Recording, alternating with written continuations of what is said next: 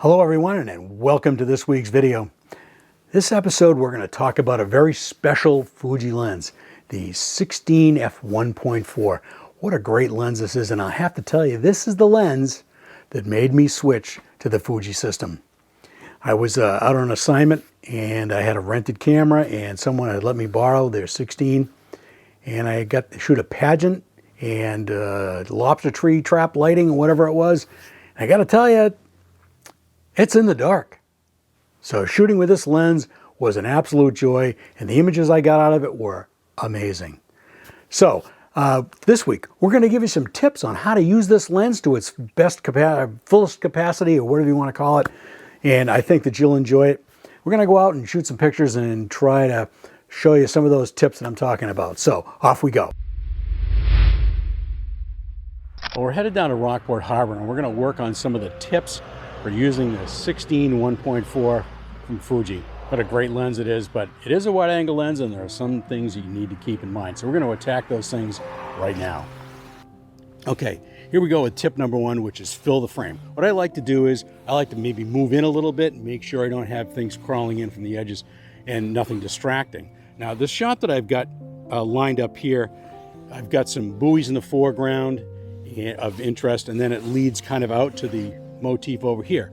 But what this is going to lead into is it's going to lead into the other tips, which have to do with perspective control, which this lens will make that motif over there lean a little bit.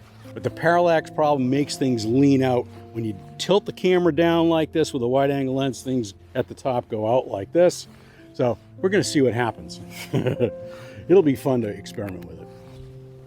Tip number two is to emphasize the foreground. We also did that with this shot, putting those buoys in the foreground like I did. Now, the third tip is to control your perspective and watch out for distortion, because with this wide angle lens, you can get a lot of distortion, so you got to be very, very careful. Now, the fourth tip is to watch out for things coming in from the edges. And I've noticed something that I didn't like in this last shot that I'm going to try and correct here, and I don't know if I'm going to be able to do it or not, but it involves moving the motif more to the right, more to the center. As you can see, we've got a piling over here which is creeping in from the edge. We don't want that. So what we're going to try and do is move a little bit more to this side like this, and level it up a little bit. You might have to back up a little bit too.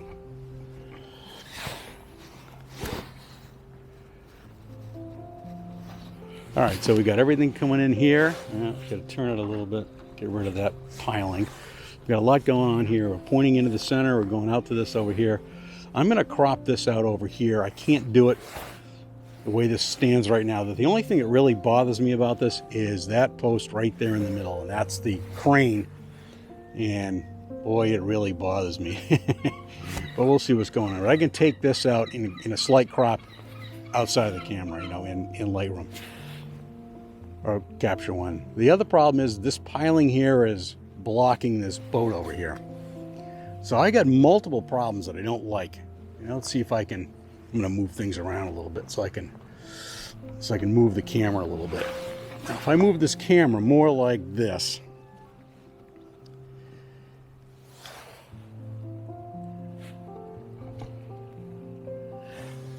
now the piling is all by itself, so it's not really a problem. I don't mind it. We're cropped out over here. The crane is a lot less in the middle. We're not, I'm worried about this maybe tilting a little bit that way. That's kind of a problem for me, but I don't think that's going to be a problem. I think it's going to be all right. And as far as I can tell, we're pretty close to level here. You know what I'm going to do is I'm going to raise the camera up a little bit, and that should alleviate some of the distortion that's going on, which is that fourth tip I talked about. I'm going to focus on that barrel in the middle. Everything should be nice and sharp all the way through, even at f8. Let's try one at f11. At a 30th. So anyway, that's good.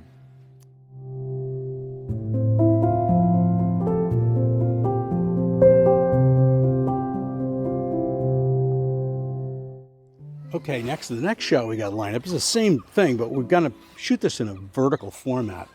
Now, the difference here is that with the vertical, I'm trying to emphasize the foreground, and my distortion of this lens really helps out in this situation because it really gives you that beautiful foreground that you want, because it leads right up into this, right up into the motif like this. Now you can tell that what we got going on here is, see, this is really pulling it this way. It's kind of distorted this way, but it helps to lead you right up into that motif over there. Now the motif, unfortunately, is stretched. It's stretched this way because of the distortion of this lens. Now, I'm hoping that I might be able to correct that a little bit, but be able to correct that in the camera is really difficult.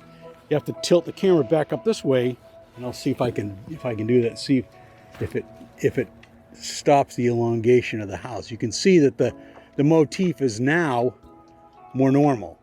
You can see how it stretches that baby out. Look at that. That's pretty cool. So what I'm going to do is I'm going to cut it in the middle like that. I'm going to crop the picture back in the shop and take off the top here, and we're going to have a more normal looking motif instead of a stretched one.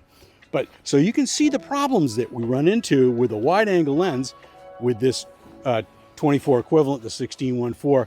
Unfortunately, it's going to do that. That's because the film plane, or I should say the sensor, it's at an angle here.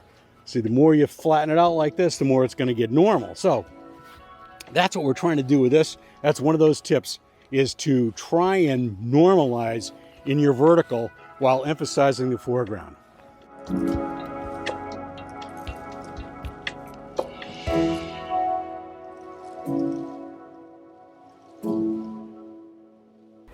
Okay, we got the wind picking up here. I'm looking around here for a wonderful shot that got a lot of rope here, and it's nice and close, but this lens can get a lot closer. And I'm going to put down below here how close this lens can focus, but it's one of the tips for this lens. It's beautiful. At 1.4 close up, you can knock the background way out. I'm going to try and do that with this shot here. You can see this line's going this way. It's a pretty nice shot, and we got a nice big knot right here. This bothers me over here. We got this big space right here. Got some churches and stuff, but it's going to knock this way out. At 1.4, it's going to be brilliant.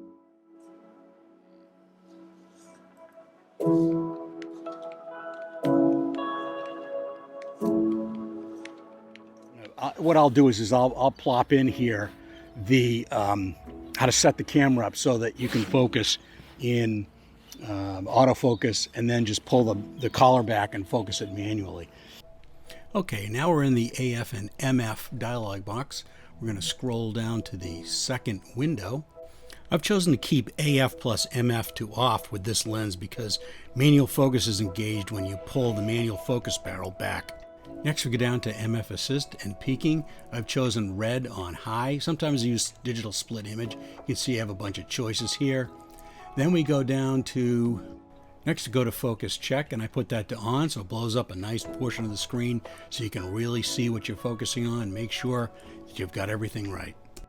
And now all we do is pull back on the focus barrel, and the image comes up in focus assist, which is a nice blown up version of it. You can tell with the focus peaking where your focus is going. Okay, so now we go to f1.4. Same thing, focus assist. We're using the focus barrel on the front of the lens.